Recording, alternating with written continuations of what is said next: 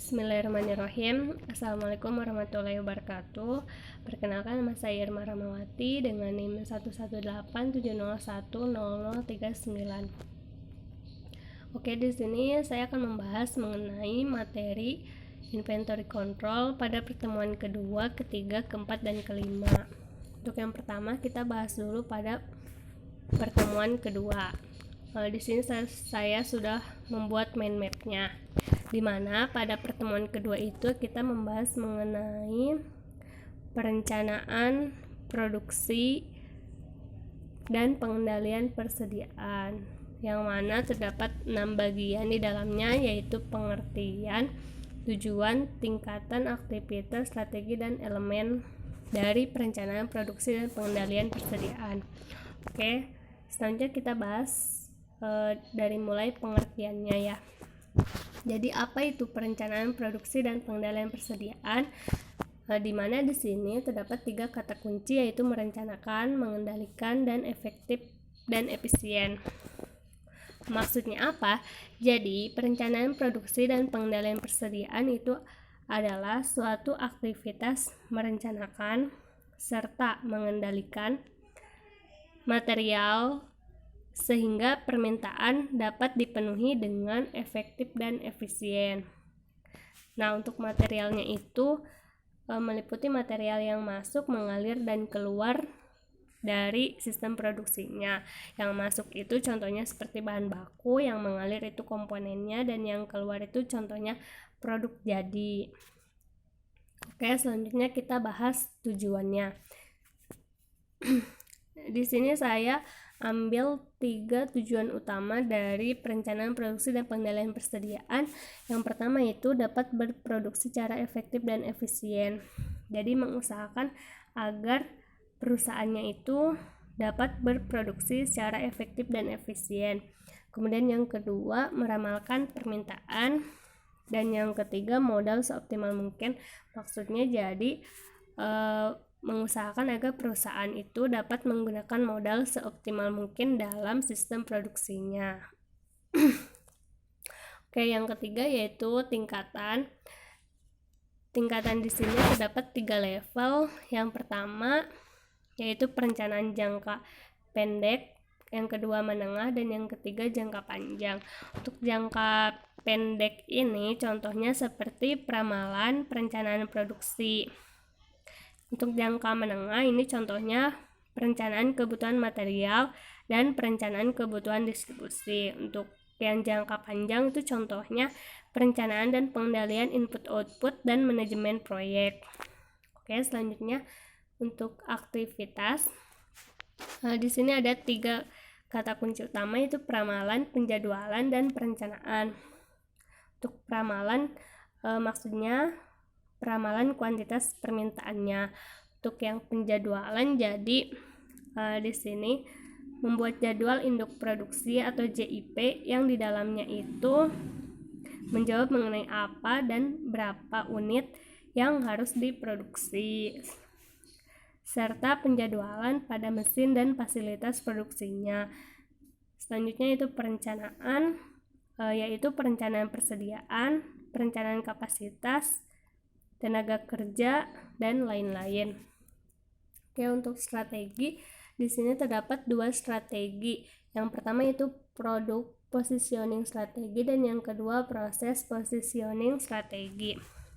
Untuk produk positioning strategi terbagi lagi menjadi 4, yaitu ETO, ATO, MTO, dan MTS. Di mana ETO ini engineering to order, maksudnya jadi sistem produksi yang dilakukan apabila konsumen meminta produsen untuk membuat produk yang dimulai dari proses perancangannya. Contohnya seperti pembuatan jembatan. Yang kedua itu ATO, assemble to order, artinya sistem produksi yang dilakukan apabila produsen membuat desain standar dan merakitnya sesuai permintaan konsumen. Contohnya seperti industri otomotif. Kemudian yang ketiga MTO atau make to order, yaitu sistem produksi yang dilakukan apabila produsen memproduksi suatu produk hanya jika telah menerima pesanan dari konsumen. Contohnya seperti undangan pernikahan. Dan yang terakhir itu MTS atau make to stock, yaitu sistem produksi yang dilakukan apabila produsen memproduksi suatu produk sebagai persediaan sebelum pesanan dari konsumen datang. Contohnya itu seperti pakaian ataupun peralatan rumah tangga. Oke, yang selanjutnya yaitu proses positioning strategi itu terbagi menjadi 3, ada project, job scope, dan line flow. Oke, yang terakhir itu adalah elemen. Jadi untuk elemen perencanaan produksi dan pengendalian persediaan itu yang pertama ada research planning, aggregate planning, yang ketiga business planning, dan lain-lain, karena memang masih banyak lagi yang lainnya. Oke, untuk selanjutnya kita bahas yang pertemuan ketiga. Jadi pada pertemuan ketiga itu kita membahas mengenai peramalan permintaan, di mana terdapat 4 bagian di dalamnya, yaitu definisi, karakteristik, pertimbangan, serta klasifikasi. Oke, kita awali dari definisinya itu terlebih dahulu. Di sini terdapat 5 kata kunci, yaitu prediksi, proyeksi, estimasi, suatu kejadian, dan di masa depan. Maksudnya apa? Jadi peramalan itu adalah prediksi, proyeksi, atau estimasi terjadinya suatu kejadian atau aktivitas yang tidak pasti di masa mendatang, karena kita tahu kalau masa depan itu sangat sulit dipastikan. Oke, selanjutnya karakteristik itu terbagi lagi, di mana ada fleksibel, akurat untuk waktu dekat, dan data terkini. Maksud dari yang pertama itu fleksibel, jadi peramalan itu tidak selalu benar ya, bersifat fleksibel. Yang kedua yaitu akurat untuk waktu dekat. Maksudnya jadi peramalan itu lebih akurat apabila diterapkan dalam waktu dekat. Terus yang ketiga data terkini dan lain-lain. Oke, selanjutnya yaitu pertimbangan. Jadi ada beberapa hal yang harus dipertimbangkan dalam melakukan peramalan. Di sini terdapat 7. Yang pertama itu mudah dipahami, biaya efektif, tepat waktu, tidak terpengaruh, responsif, tidak bias, dan akurat. Yang mana mudah dipahami itu jadi peramalan yang dilakukan itu harus mudah untuk dipahami. Selanjutnya untuk penggunaan biayanya juga harus efektif. Kemudian tepat waktu, maksudnya sesuai dengan tujuan peramalannya. Tidak terpengaruh itu jadi tidak terpengaruh oleh keadaan yang tidak umum dan jarang terjadi. Untuk responsif itu responsif terhadap perubahan. Tidak bias itu jadi hasil peramalan tidak selalu di atas ataupun di bawah dari nilai aktualnya. Kemudian akurat, peramalan harus memberikan error sekecil mungkin. Oke, untuk selanjutnya klasifikasi itu terbagi menjadi 2, ada kuantitatif dan kualitatif. Untuk kualitatif itu berupa penghimpunan opini, baik itu dari opini para ahli, survei pasar, dan lain-lain. Kemudian untuk kuantitatif itu berdasarkan proyeksi dan kausalitas.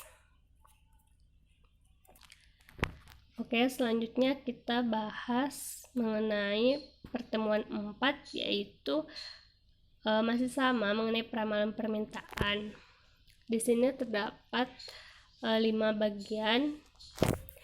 Jadi peramalan permintaan itu ada 2 metode intrinsik dan ekstrinsik, di mana intrinsik itu berdasarkan pada data historisnya. Kemudian metode ekstrinsik itu berdasarkan pada faktor eksternal. Contohnya seperti UMR. Kemudian di sini ada time series. Jadi time series ini termasuk metode intrinsik yang sangat populer dan umum digunakan. Kemudian terbagi lagi menjadi 7 bagian. Yang pertama ada metode naif. Metode naif ini berdasarkan permintaan periode terakhir dan sangat sederhana serta tanpa perhitungan matematis. Yang kedua yaitu simple average. Itu adalah menghilangkan fluktuasi karena data random, dan disebut juga sebagai rata-rata aritmatik, yaitu membagi seluruh data yang tersedia dengan jumlah periode data n. Kemudian yang ketiga itu moving average. Moving average ini yaitu merata-rata permintaan aktual sejumlah n periode terakhir. Kemudian yang keempat adalah weighted moving average, yaitu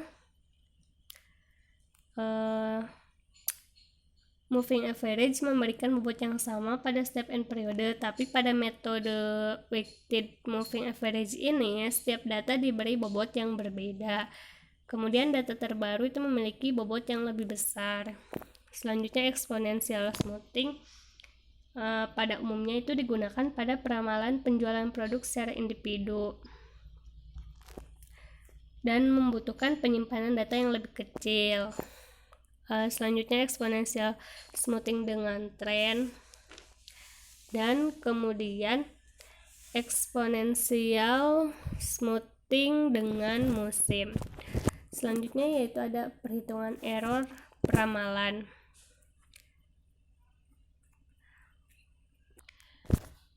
Untuk perhitungan error peramalan itu terbagi lagi menjadi 6, yaitu TS. TS di sini itu adalah tracking signal. Maksudnya jadi termasuk pada kategori penilaian bias sehingga dapat bernilai negatif ataupun positif. Kemudian MPE itu adalah mean percent error. Kemudian ME itu adalah mean error, menunjukkan konsistensi teknik peramalan. Nah, teknik peramalan yang baik itu seharusnya tidak terlalu optimis juga terlalu pesimis. Hal ini dapat diidentifikasi oleh ME. Namun kelemahannya sifatnya itu membatalkan, yaitu nilai selisih negatif atau positif sebelumnya dapat dibatalkan oleh nilai selisih positif atau negatif setelahnya, sehingga memberikan nilai ME akhir yang kecil. Kemudian MAPE itu mean absolute percent error. Jadi pada beberapa situasi lebih memudahkan jika nilai error ditampilkan dalam bentuk persentase dibandingkan dalam satuan unit. Nah, pengukuran ini itu tepat digunakan jika ukuran variabel yang diramalkan sangat menentukan akurasi peramalan. MAPE ini memberikan indikasi berapa besar error peramalan dibandingkan rangkaian nilai aktualnya. Kemudian selanjutnya MSE itu adalah mean square error.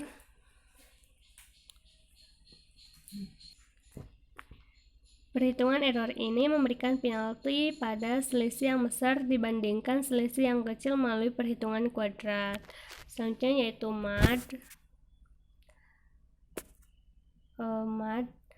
MAD ini adalah mean absolute deviasi. Jadi tepat digunakan jika analisa error dilakukan dengan satuan yang sama dengan permintaan aktual. MAD ini memberikan bobot yang sama pada setiap nilai selisih hasil peramalan dan aktualnya. Yang terakhir itu ada data, di mana data ini terbagi menjadi 4 kata kunci atau 4 hal yang penting. Yang pertama itu filter demand, order versus pengiriman, perubahan harga, dan kualitas data. filter demand. Jadi perlu adanya sistem untuk mengidentifikasi kejadian permintaan yang tidak umum. Selanjutnya order versus pengiriman. Jadi kesalahan peramalan itu juga sering disebabkan oleh kesalahan identifikasi antara informasi permintaan dengan informasi pengiriman. Kemudian perubahan harga, jadi kesalahan interpretasi data juga dapat disebabkan oleh perubahan harga. Kualitas data, validasi kualitas data itu sangat penting. Oke, untuk selanjutnya kita lanjut ke pertemuan kelima. Jadi pada pertemuan kelima itu kita membahas mengenai Wigner-Witten model, di mana di sini terdapat 3 bagian, yaitu mengenai pengertiannya, tujuan, dan algoritma. Oke, untuk pengertiannya itu sendiri, jadi Wigner-Witten model ini di sini terdapat 3 kata kunci, yaitu load seizing, biaya optimal, serta secara implisit. Maksudnya apa? Jadi Wigner-Witten model ini adalah teknik load seizing yang menghasilkan perhitungan biaya optimal dan secara implisit mencoba seluruh kemungkinan kombinasi pemesanan.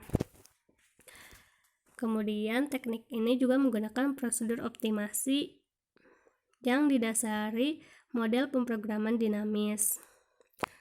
Untuk tujuannya yaitu untuk mendapatkan strategi pemesanan yang optimum untuk seluruh jadwal kebutuhan bersih dengan jalan meminimasi total ongkos pengadaan dan ongkos simpan. Oke, untuk selanjutnya algoritma, jadi terdapat 2 langkah. Yang pertama yaitu menghitung total biaya variabel, dan yang kedua yaitu menghitung biaya total pemesanan optimum. Mungkin sekian yang bisa saya sampaikan, kurang lebihnya mohon maaf. Terima kasih atas perhatiannya.